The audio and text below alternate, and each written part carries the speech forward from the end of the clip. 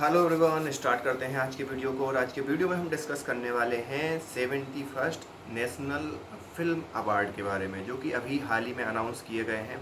और आपने देखा होगा 2020 के बाद जो अवार्ड दिए गए, जो भी नेशनल फिल्म फेयर अवार्ड दिए गए, गवर्नमेंट की तरफ से दिए जाते हैं, जो दिए गए उसमें साउथ इंडियन सिनेमा का बहुत बड़ा रोल था, बहुत बड़ा उनका डोमिनेंस था। कहीं ना कहीं ये हमें देखने को मिला और उनकी क्रिएटिविटी भी।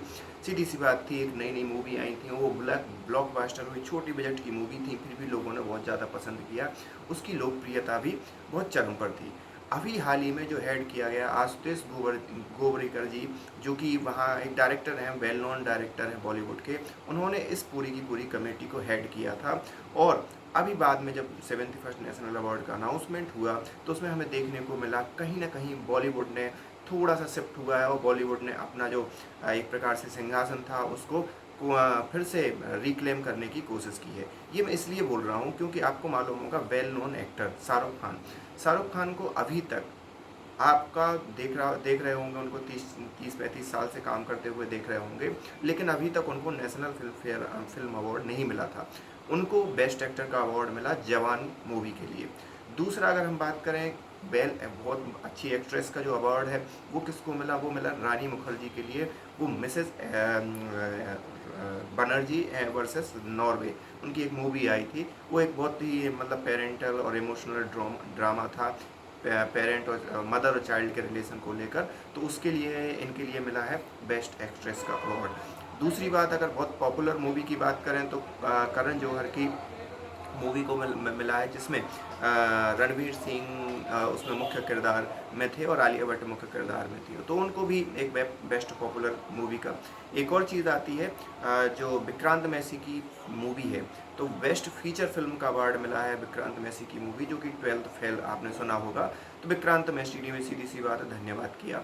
और एक और कैथल मूवी थी, उसमें उसको बेस्ट कोरियोग्राफर का अवार्ड मिला। और ये सारी चीज़ें उसमें 2-3 और कैटेगरी में उसको अवार्ड मिला, लेकिन उसको नेशनल फिल्म फेयर अवार्ड मिला। ये सारी की सारी चीज़ें जो बड़ी बड़ी जो हैं, उसमें बॉलीवुड का डोमिनेंस अभी देखने को मिला इस पर्टिकुलर फिल्म फेयर अवार्ड में। लेकिन कभी भी किसी भी अवार्ड की घोषणा हो और लोगों के रिएक्शन ना आए, तो सबसे पहले तो शाहरुख खान का रिएक्शन आता है कि सीधी सी बात है, कोई व्यक्ति अगर 30-35 साल से काम कर रहा है और उसको 30-35 साल के बाद अवार्ड मिलता है, तो ये एक बहुत बड़ी बात हो जाती है।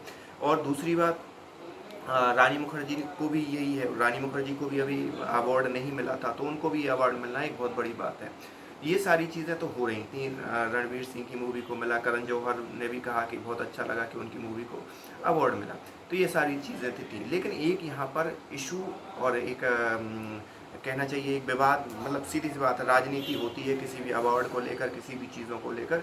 तो केरला स्टोरी आपने सुना होगा, केरला स्टोरी एक प्रकार से लव जिहाद का जो एक कॉन्सेप्ट है, जो कथित तौर पर लोग बोलते हैं, लेकिन उसमें एक एक्चुअल कहानी को आधार मानकर उस मूवी को बनाया गया।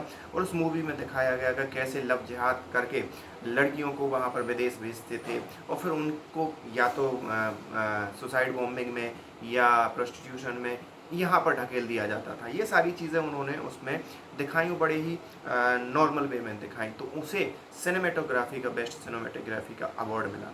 अब केरला से बात है, केरला का नाम वहाँ पर जुड़ा हुआ है, और केरला स्टोरी, सीधी सी बात है, जब केरला स्टोरी आई तो उस समय दो समुदाय, एक प्रकार से हिंदू और मुस्लिम समुदाय के बीच थोड़ा मनमुटाव हो गया था, और अभी भी हो सकता हो।